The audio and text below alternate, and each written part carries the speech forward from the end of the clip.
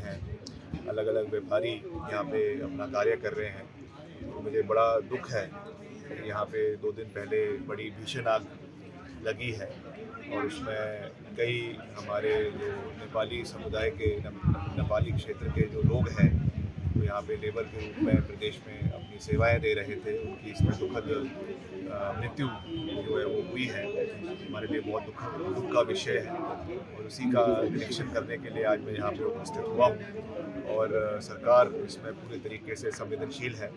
यहाँ के क्षेत्र के जो माननीय विधायक है वो भी यहाँ पे 2 दिन पहले आए थे और सभी सुविधाएं जो हमारा प्रशासन है, सरकार है, उनकी ओर से सभी प्रभावित लोगों को दी जा रही है। सबसे पहले तो दुख इस बात का है कि बहुत सारी जानें इसमें गई हैं और पूरा परिवार ख़त्म हो गया है। एक ही उसमें बच्चा उसमें रह गया है, तो उनको भी हम पूरा समर्थन और सहयोग उस बच्चे का करेंगे आगे शिक्षा के लिए।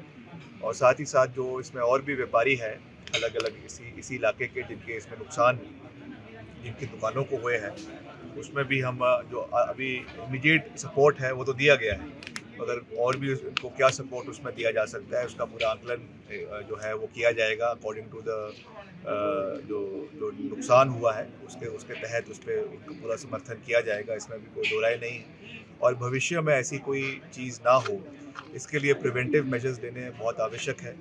ये क्योंकि वैसे भी बड़ा पुराना बाज़ार है, प्राचीन बाज़ार है और बहुत सी जो यहाँ पे दुकानें हैं लकड़ी की बनी हुई है, पुरानी दुकानें हैं, तो इसलिए यहाँ पे जो है एक मोटा हॉस पाइप होना बहुत आवश्यक है, फायर हाइड्रेंट्स होने बहुत आवश्यक है।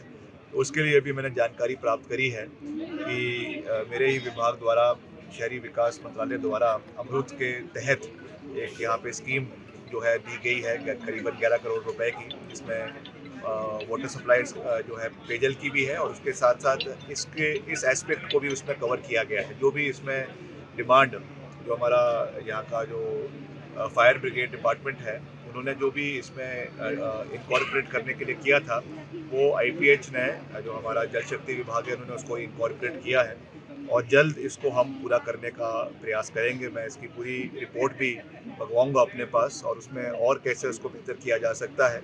और ये केवल यहीं का ही विषय नहीं है, ये लगातार ऐसी आग प्रदेश के विभिन्न क्षेत्रों में लग रही है। अभी कुछ ही दिन पहले जो हमारा एक और ऐतिहासिक जुनगा का क्षेत्र है, और मेरा तो नानका भी है, वहाँ पे जो वहाँ का ऐतिहासिक महल है, उसके भी एक उसमें जो है भीषण आग लगी।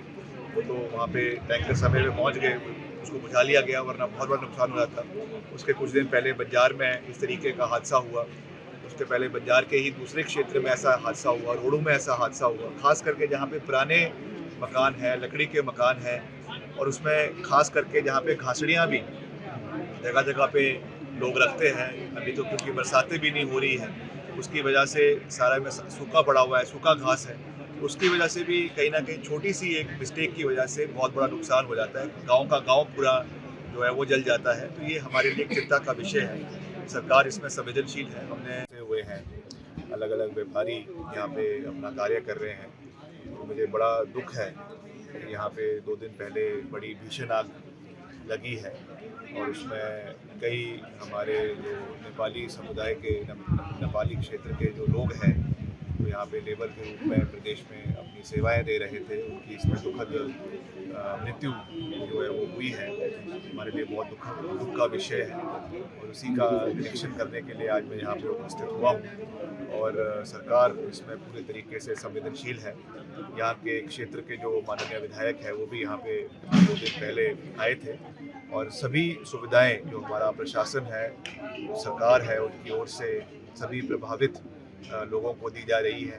सबसे पहले तो दुख इस बात का है कि बहुत सारी जानें इसमें गई हैं और पूरा परिवार ख़त्म हो गया है। एक ही उसमें बच्चा उसमें रह गया है, तो उनको भी हम पूरा समर्थन और सहयोग उस बच्चे का करेंगे आगे शिक्षा के लिए।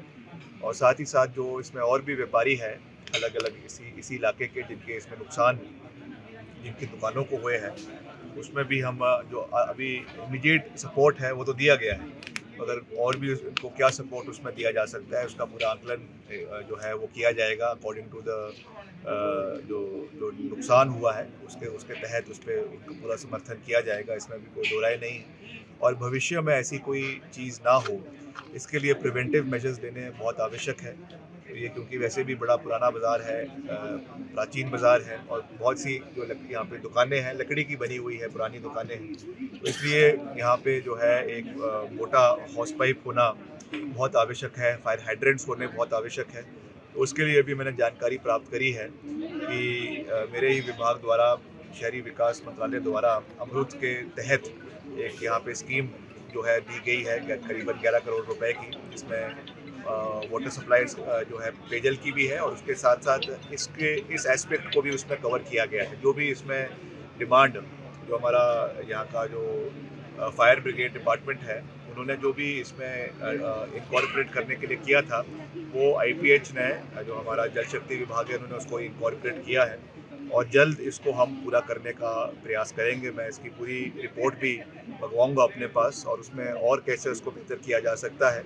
और ये केवल यहीं का ही विषय नहीं है, ये लगातार ऐसी आग प्रदेश के विभिन्न क्षेत्रों में लग रही है। अभी कुछ ही दिन पहले जो हमारा एक और ऐतिहासिक जुनगा का क्षेत्र है, मेरा तो नानका भी है, वहाँ पे जो वहाँ का ऐतिहासिक महल है, उसके भी एक उसमें जो है भीषण आग लगी। वो तो वहाँ पे टैंकर समय में पहुँच गए, उसको बुझा लिया गया, वरना बहुत बड़ा नुकसान हो जाता। उसके कुछ दिन पहले बंजार में इस तरीके का हादसा हुआ। उसके पहले बंजार के ही दूसरे क्षेत्र में ऐसा हादसा हुआ, रोडू में ऐसा हादसा हुआ। खास करके जहाँ पे पुराने मकान हैं, लकड़ी के मकान हैं, और उसमें खास करके जहाँ पे घासड़ियाँ भी जगह जगह पे लोग रखते हैं। अभी तो क्योंकि बरसातें भी नहीं हो रही है, उसकी वजह से सारा में सूखा पड़ा हुआ है, सूखा घास है, उसकी वजह से भी कहीं ना कहीं छोटी सी एक मिस्टेक की वजह से बहुत बड़ा नुकसान हो जाता है। गांव का गांव पूरा जो है वो जल जाता है। तो ये हमारे लिए चिंता का विषय है। सरकार इसमें संवेदनशील है। हमने यहाँ पे बंजार में जब ये हुआ